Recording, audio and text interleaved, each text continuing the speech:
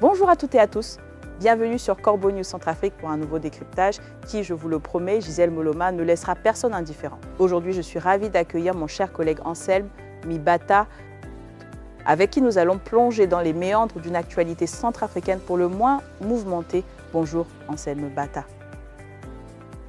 Bonjour Gisèle Moloma, bonjour à toutes et à tous les fidèles du CNC, heureux de vous retrouver.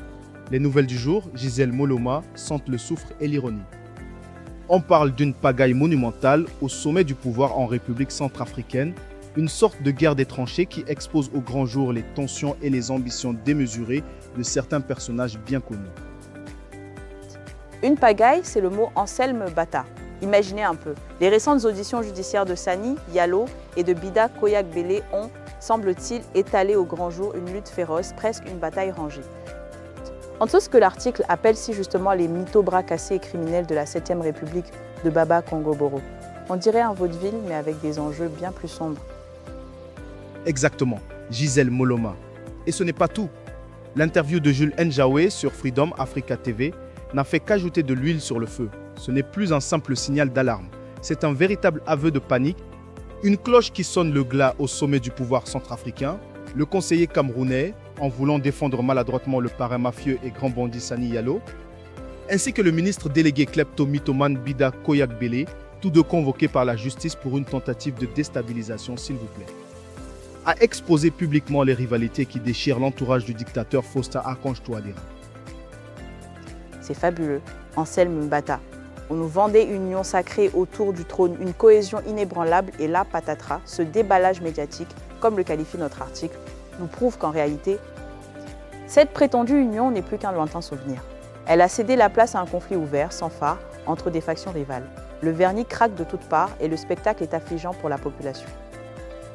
Affligeant et révélateur, Gisèle Moloma Njawe, avec une audace aéronautique des plus cocasses, a comparé la Centrafrique à un chasseur-bombardier piloté par le dictateur Faustin. Mais il a curieusement omis de mentionner que cet appareil, loin de fendre les cieux sereinement, subit en réalité des tirs fratricides. Selon ses propres dires, les accusations de coup d'État qui secouent le pays ne sont ni plus ni moins que des manipulations sorties tout droit des entrailles de la majorité de l'empereur. Des tirs fratricides, Anselme Mbata, c'est la meilleure. Il pointe du doigt, ni plus ni moins, ce qu'il appelle les partisans de la 24e heure.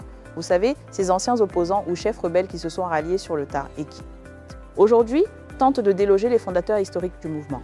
C'est une dénonciation directe qui confirme l'existence d'une véritable épuration interne.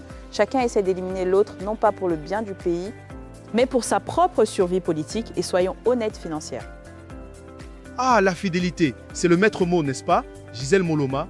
La défense de Sani Diallo par Njawe est une merveille de victimisation. Il a ressorti l'argument massu de son implication dans la campagne électorale de 2016 pour prouver une fidélité absolue. Mais le plus savoureux, c'est son étonnement qu'une simple rumeur lancée par un livreur sur Facebook en exil et relayée par quelques blogueurs suffise à mobiliser le procureur de Bangui. Cela, Gisèle Moloma jette une lumière crue sur la crédibilité de l'appareil judiciaire centrafricain perçu comme un simple outil, un instrument de règlement de compte au service d'une faction du palais pour abattre un pilier du régime. C'est une farce. Anselme Mbata, au-delà de la sempiternelle rhétorique du complot extérieur, où, comme de coutume, la France est accusée de manœuvrer en coulisses, le discours de Njawe trahit surtout une peur bien personnelle.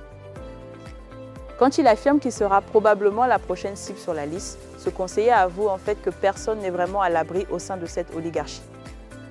Les accusations de trahison sont devenues l'arme politique suprême pour écarter les rivaux du festin, du partage des richesses nationales. Pendant ce temps, le pays s'enfonce toujours plus dans une crise sociale et sanitaire sans fin. Et c'est là que ça devient encore plus cynique, Gisèle Moloma.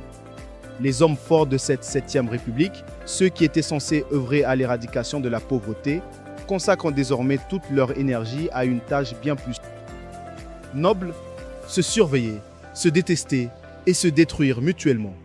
Cette guerre intestine entre les créatures du système démontre, si besoin était, que le pouvoir du dictateur Touadéra est entré dans une phase de décomposition interne avancée.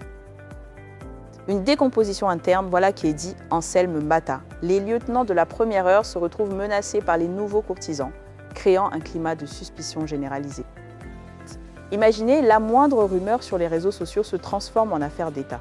Pendant que les caciques du régime s'entre-déchirent pour conserver leurs privilèges, les institutions judiciaires, elles, se contentent de valider les règlements de compte ordonnés depuis les salons feutrés de l'empereur. C'est une ironie cinglante, Gisèle Moloma. Jules N'Djaoué a prétendu s'exprimer en tant qu'activiste politique pour dénoncer une machination interne. Mais sa sortie médiatique a produit l'effet inverse, loin d'éteindre l'incendie. Elle a confirmé son existence, prouvant que le premier cercle du pouvoir ne parvient plus à masquer les flammes. Sani Yalo et Bida Kouyagbélé sont peut-être ressortis libres de leur audition, mais le message envoyé par leurs adversaires est limpide. Les positions économiques clés qu'ils occupent font l'objet d'une convoitise absolue. La prétendue stabilité de la nouvelle constitution, Gisèle Moloma, vole en éclats sous les coups des ambitions personnelles de ses courtisans. Et la question qui se pose Anselme Mbata, c'est celle de l'empereur lui-même.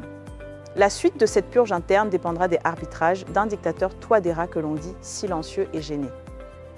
Sa capacité à laisser ses proches collaborateurs être humiliés par les tribunaux nous pousse à nous interroger sur son autorité réelle, sur sa poigne.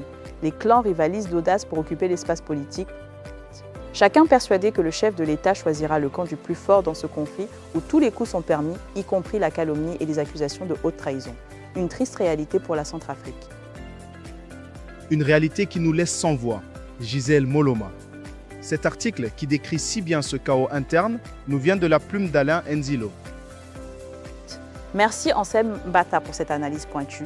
Chères lectrices, chers lecteurs, si vous souhaitez réagir à ce dialogue ou nous faire part de vos informations, n'hésitez pas à contacter Corbeau News Centrafrique. Vous pouvez nous joindre au numéro de téléphone ou WhatsApp, plus 236 70 16 44 65. Merci de votre fidélité et à très bientôt sur Corbeau News Centrafrique. Au revoir Gisèle Moloma. Au revoir Anselme Mbata et à bientôt à toutes et à tous.